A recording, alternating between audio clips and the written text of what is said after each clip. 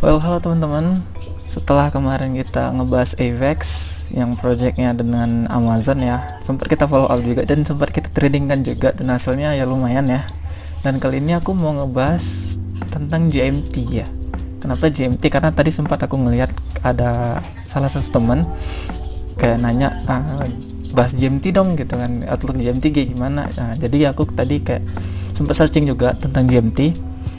Aku nggak ngelihat apa-apa, maksudnya nggak nemuin apa-apa yang spesial dari GNT tentang fundamentalnya ataupun sentimennya. Tapi ini kayak aku mau ngebahas tentang price actionnya aja gitu. Jadi totally price actionnya, teknikalnya gimana, aku mau bahas soal GMT ini di sini. Oke.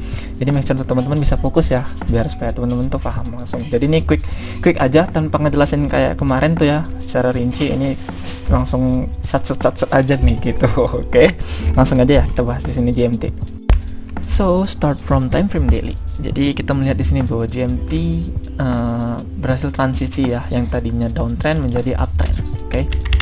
Nah kita melihat di sini dari histori sebelumnya, GMT sangat rapi ya kalau menurut aku dari struktur market downtrendnya. Jadi yang ada yang namanya lower low di sini, lower high, lower low, lower high, lower low, dan seharusnya area ini mampu menahan GMT untuk naik dulu gitu setidaknya. Dan kalau memang dia marketnya mau lanjut turun ya, tapi yang ada GMT berhasil break secara signifikan di sini tanpa ada hambatan sedikit pun, karena sebelumnya kita tahu nih di sini ada resisten dan seharusnya ini berpotensi untuk menahan harga gitu setidaknya. Even ini time frame daily ya, karena kita melihat di sini breaknya itu nggak main-main di sini, candlenya masif banget di sini ya teman-teman. Kalau teman-teman lihat ini kayak nggak ada halangan sama sekali untuk ngebreak resisten yang ada di sini gitu. Itu lumayan strong kalau menurut aku, karena penurunan yang ada di sini itu lumayan masif ya, kayak tekanan sellernya lumayan oke sih. Tapi di sini GMT berhasil kayak rebound, dan ini didukung dengan EMA 8 dan EMA 21 yang berhasil closing di sini.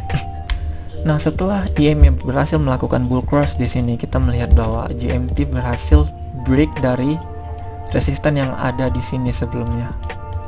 Ini sama sekali kayak nggak ada hambatan ya breaknya, kayak lempeng aja gitu. Dan ini juga didampingi sama volume yang sangat signifikan di sini. Nah, jadi pertanyaannya, siapa sih orang yang mau beli GMT di area ini sampai bisa ngangkat market setinggi ini, ngangkat GMT sampai setinggi ini tanpa ada hambatan loh. Seharusnya kan kita tahu nih resisten yang ada di sini itu berpotensi untuk menahan harga. Setidaknya dia ya sideways kayak apa kayak sampai dia nggak jemput IMA 21 ya. Kalau mau rebound ya terserah gitu. Kalau emang mau niatnya naik ya kayak gitu paling enggak kan. Tapi ini kita nggak ada ngelihat perlawanan dari seller ya dari sini. Jadi kayak breaknya aja kayak signifikan gitu, kayak nggak ada perlawanan dari seller gitu sama sekali. Seller nggak tertarik untuk masuk di area itu gitu. Nah, setelah break dari sini ya, GMT berhasil pullback dan ya sempat fake out dari EMA 8 nya, tapi ini masih wajar sih, karena ini aku mikirnya ini dia ngetes area resisten yang ada di sini yang berpotensi untuk menjadi supportnya di sini. Nah, jadi pullback udah berhasil dilakukan sama GMT. Oke, nah PR-nya di sini untuk time frame daily. Nah, kita melihat di sini ya, based on history sebelumnya, kita melihat ada supply yang ada di sini. Nah, jadi supply yang ada di sini belum berhasil di break by closing price. Kalau di sini ya by week ya udah memang sih. Tapi kan dia masuk lagi ke area supply-nya di sini. Dia harganya masuk lagi, closingnya masih di dalam supply gitu. Ini belum dikatakan break yang bener-bener break gitu. Nah, itu untuk PR di time frame daily ya. Nah, dan dia masih tertahan di area supply yang ada di sini.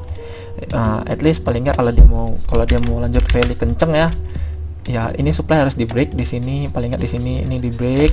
Nah, dan ini PR-nya juga ya, weeknya ini juga harus di break gitu. Weeknya ini harus di break juga gitu.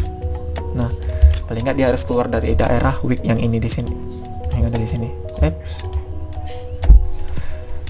Paling nggak di sinilah gitu. Oke. Nah, itu untuk PR daily di GMT ya. Nah, sekarang kita masuk di hourly-nya ya.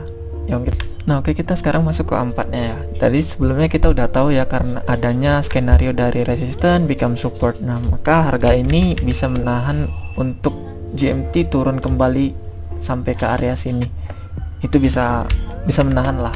Paling enggak untuk beberapa waktu dari short term ke mid term nantinya. Nah, jadi kalau di sini kita melihat untuk pergerakan yang saat ini terjadi, kalau kita melihat swing yang ada di sini, swing terakhir yang ada di sini berhasil di break sama GMT ya, itu pun breaknya juga masif. Nah, otomatis kita juga mendapatkan area demand yang ada di sini. Oke, kita bisa marking area demand yang ada di sini.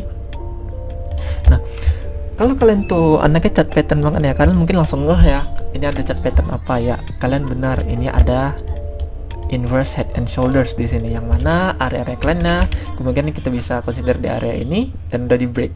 Nah, untuk di saat ini yang terjadi ya, pergerakan dari GMT itu sendiri per aku update ini ya, mungkin ini EMA yang ada di sini ya, EMA 8 yang ada di sini mungkin masih mempertahankan harga di atas itu.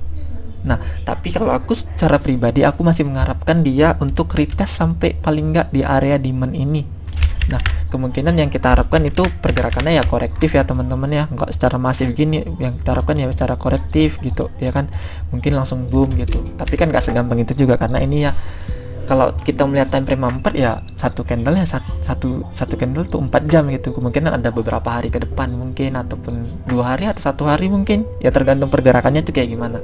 Nah, jadi yang aku harapkan untuk di time frame 4 itu sendiri paling enggak ya dia ngejemput dulu di area ataupun di YME 21 ini ya, nggak muluk-muluk sih, nggak harus sampai di demandnya, ya paling nggak ngejemput dulu di area 21 di YME 21 ya, mungkin bisa pertimbangkan untuk melakukan entry kalau memang ada rejection di area sana. Tapi kalau memang harganya kita masih dikasih diskon di sini sampai ke area demand, dan di area demand kita mungkin bisa pertimbangkan kalau misalnya ada rejection di area sana untuk melakukan long position.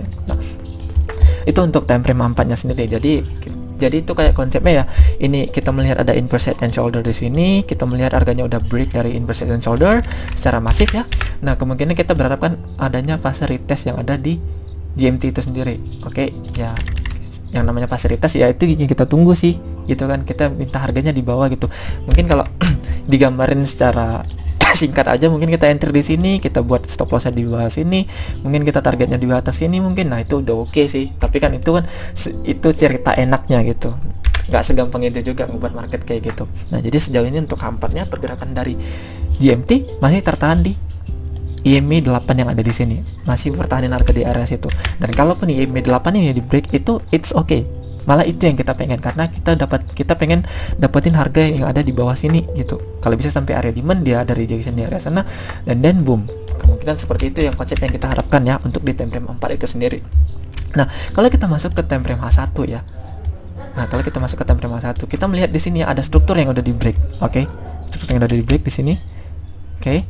Nah, otomatis akan ada kemungkinan kita melihat koreksi yang lebih dalam ya untuk GMT itu sendiri. Itu ditambahin juga sama IMA 21 dan IMA 8 di sini yang udah crossing. Oke, which mean itu kayak ada satu signal lah, bisa dibilang ya, gue mau turun lagi nih lebih dalam, lu tunggu gue di bawah gitu lah, ibaratkan dari signal dari IMA 21 dan IMA 8 itu sendiri. Nah, opsi terdekatnya adalah kita melihat di sini bahwa IMA sudah melakukan crossing di sini, maka ada signal untuk penurunan yang lebih dalam lagi. Jadi kalau kita memanfaatkan opsi terdekatnya, di sini ada level resistance become support yang bisa kita pertimbangkan untuk melakukan entry, yang mana kalaupun memang ini mengalami koreksi yang ya lumayan singkat ya, mungkin sampai di level ini mungkin, nah kita bisa pertimbangkan kalau memang adanya terjadi rejection di sana. Nah, jadi kemungkinan konsepnya akan seperti ini, resistance become support di sini. Nah, jadi kalau ini dia koreksi ke bawah, kalau ada rejection di sini mungkin kita bisa melakukan entry dengan adanya dukungan. Kalau kalian di sini gambarkan trendline di sini, nah jadi bisa ini mendukung sih kalau menurut aku confluence ini. Jadi ada resistance become support di sini, ada trendline juga di sini, ada 1 kali hit, 2 kali, dan kemungkinan 3 kali hit. Itu bisa membuat harga menjadi rebound. Nah, kalaupun memang trendline ini di break nantinya, nah ada opsi kedua yang ya lumayan oke, diharapkan kita bisa considerkan untuk melakukan re-entry long position di area demand ini dengan harapan ya kayak ada rejection ya di area sana, ada mungkin kayak ada candlestick pattern, kayak ada divergence, mungkin ada indikator yang oversold, overbought mungkin ya, mungkin itu bisa dipertimbangkan confluence yang seperti itu. Mungkin IMB yang udah crossing juga seperti ini mungkin jadi bull cross gitu ya, itu balik ke teman-teman sendiri ya untuk memanfaatkan GMT ini di tradingkan ke depannya nanti. So jadi untuk opsi terdekatnya itu dulu ya teman-teman. Jadi kalau misalnya di area trendline ini terjadi rejection, mungkin kalian bisa manfaatkan untuk melakukan entry position long.